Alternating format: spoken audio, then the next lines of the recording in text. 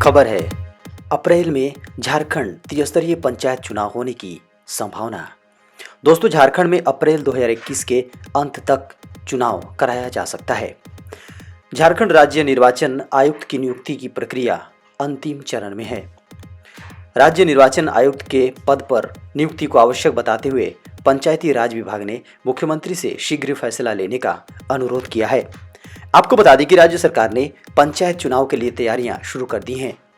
खबरों की माने तो राज्य में त्रिस्तरीय पंचायत चुनाव अप्रैल महीने के अंत तक होने की संभावना बताई जा रही है। लॉकडाउन के कारण राज्य में नवंबर-दिसंबर 2020 में होने वाले पंचायत चुनाव नियत समय पर नहीं होने के कारण त्रिस्तरीय पंचायत चुनाव पंचायती व्यवस्था स्वतः विघटित हो गई। आपको बता दें कि वर्तमान में राज्य सरकार ने पंचायती राज व्यवस्था के संचालन हेतु 6 माह के लिए कार्य समिति का प्रावधान किया है। खबर है, झारखंड में रद्द हुए लगभग 3 लाख फर्जी राशन कार्ड।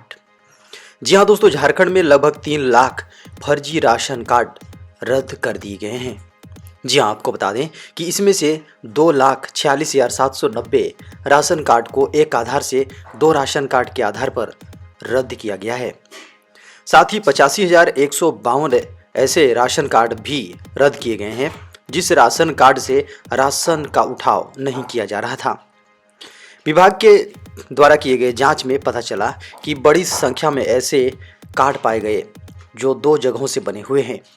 राशन कार्डों की पहचान आधार कार्ड के आधार पर हुई। अधिकारियों के मिलान कराने पर जानकारी मिली कि एक ही आधार कार्ड पर 2 जिले में राशन कार्ड बने हुए हैं। खबर है, आज वैक्सीन के साथ पीएम मोदी लॉन्च करेंगे कोविन ऐप। जी हां दोस्तों, आज यानी कि 16 जनवरी से देश भर में बड़े स्तर पर वैक्सीनेशन अभियान शुरू होगा। आपको बता दें कि प्रधानमंत्री नरेंद्र मोदी टीकाकरण के साथ कोविन ऐप भी लॉन्च करने जा रहे हैं। जी हां, देश के हर जरूरतमंद कोविन ऐप वैक्सीन पहुंचाएगा। वैक्सीनेशन के पहले चरण में इस नेटवर्क से जुड़े 80 लाख लोगों को वैक्सीन की खुराक दी जाएगी। आपको बता दें कि कोविन ऐप एक इलेक्ट्रॉनिक प्लेटफॉर्म है जिस पर टीकाकरण से जुड़ा सारा डेटा उपलब्ध है। यह वैक्सीन लगवाने वालों को ट्रैक करेगा और उन्हें वैक्सीन साइट्स की जानकारी, तारीख और समय बताएगा। आपको बता दें कि टीकाकरण से पहले और बाद की प्रक्रियाओं की निगरानी भी करेगा। यहाँ भारत में लगाई जाने वाली टीका का पूरा डिजिटल डाटाबेस तैयार होगा। लॉन्चिंग के बाद आप कोविन ऐप को डाउनलोड कर सकते हैं। कोविन ऐप पर हेल्थ केयर और फ्रंटलाइन वर्कर्स का डेटा अपलोड है। एप्लीकेशन डाउनलोड करने के बाद आप सेल्फ रजिस्ट्रेशन कर सकते हैं।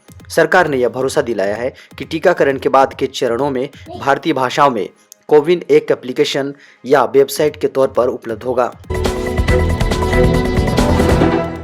खबर है, केंद्र ने दी राज्यों को कोरोना टीकाकरण की गाइडलाइंस। जी हां दोस्तों, शनिवार से देश में कोरोना टीकाकरण अभियान शुरू हो जाएगा। जी हां, आपको बता दें कि इसको देखते हुए केंद्र सरकार गुरुवार को राज्यों को टीकाकरण के लिए गाइडेंस जारी की है। जी हां, आज से होने वाले टीकाकरण में देश भर में 3006 केंद्रों पर 3 लाख से ज़्यादा 3 लाख स्वास्थ्य कर्मियों को शामिल करने की उम्मीद है। केंद्र ने कहा कि टीकाकरण की अनुमति केवल 18 वर्ष से अधिक आयु वालों को दी जाती है। जो महिलाएं गर्भवती हैं और स्तनपान कराती हैं, ऐसी महिलाओं को टीका प्राप्त नहीं करना चाहिए। केंद्र ने यह भी कहा कि वैक्सीन की दूसरी खुराक भी उसी टीके की होनी चाहिए जिसे पहली खुराक के रूप में दिया गया था। देश के ड्रग रेगुलेटर ने सीरम इंस्टीट्यूट की कोविशील्ड और भारत बायोटेक की कोवैक्सीन को देश में मंजूरी दी है।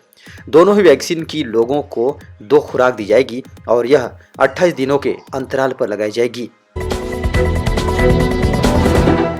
खबर है, केंद्र का बड़ा तोहफा, इन लोगों को मिलेगा पीएफ और पेंशन का लाभ।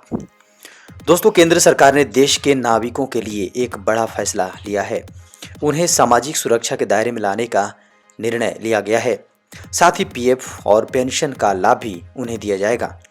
इस प्रस्ताव को सरकार ने सैद्धांतिक मंजूरी दी है। इसका लाभ 4 लाख नाविकों को होगा।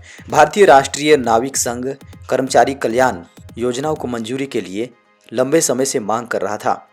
एनयूएसआई ने एक बयान जारी कर कहा कि सरकार के फैसला का लाभ देश और विदेशी जहाज़ों के सभी स्तरों के लगभग 4 लाख भारतीय नाविकों को होगा। बता दें कि NUSI नाविकों का प्रतिनिधित्व करने वाला शीर्ष निकाय है।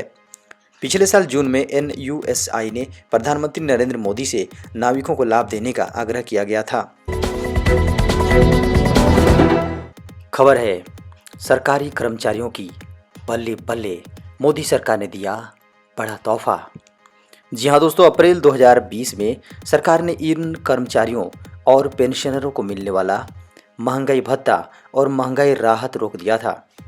सरकार ने कोरोना संक्रमण के कारण बने मुश्किल हालातों को देखते हुए यह फैसला लिया था।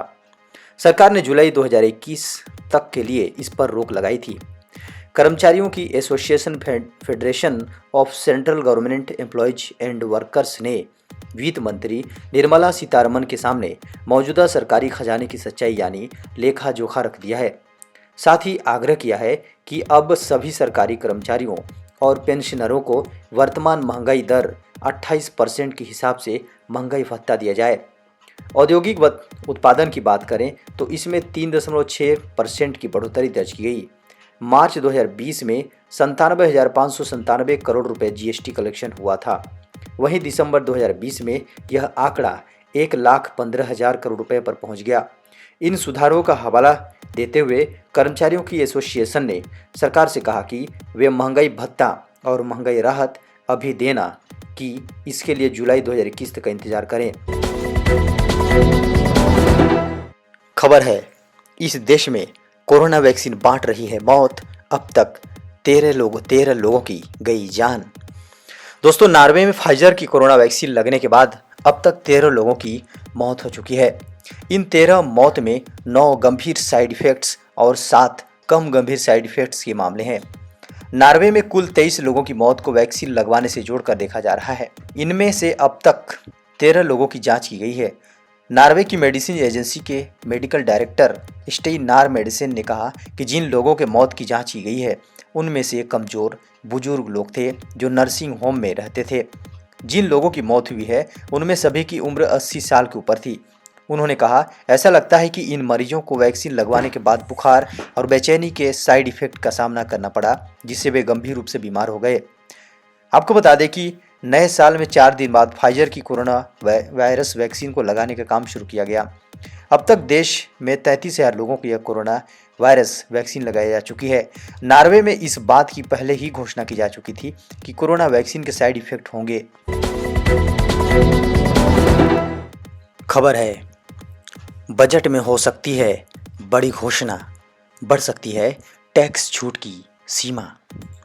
दोस्तों, आगामी 1 फरवरी को वित्त मंत्री निर्मला सीतारमण द्वारा पेश किए जाने वाले आम बजट के प्रस्तावों में मिडिल क्लास के करदाताओं को बड़ी खुशखबरी मिल सकती है। जी हाँ, सूत्रों से मिली जानकारी के अनुसार बजट 2020-21 में आत्मनिर्भर भारत पैकेज के तहत घोषित की गई रकम को कोविड-19 महामारी के खिलाफ अपनी लड़ाई में लोगों की मदद करने के लिए आगे ले जाया जा सकता है। आयकर दाताओं के लिए टैक्स छूट की सीमा को बढ़ाकर 5 लाख तक किया जा सकता है। पहले से यह सीमा 2.5 लाख रुपए तय है।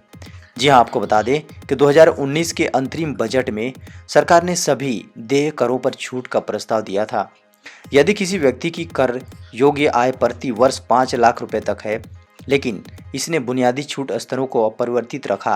पिछले साल से कर छूट की सीमा अपरिवर्तित बनी हुई है। भले ही सरकार ने करदाताओं को मौजूदा कर व्यवस्था और कम वैकल्पिक दरों के साथ वैकल्पिक कर व्यवस्था के बीच चयन करने की अनुमति देकर कुछ राहत प्रदान की थी।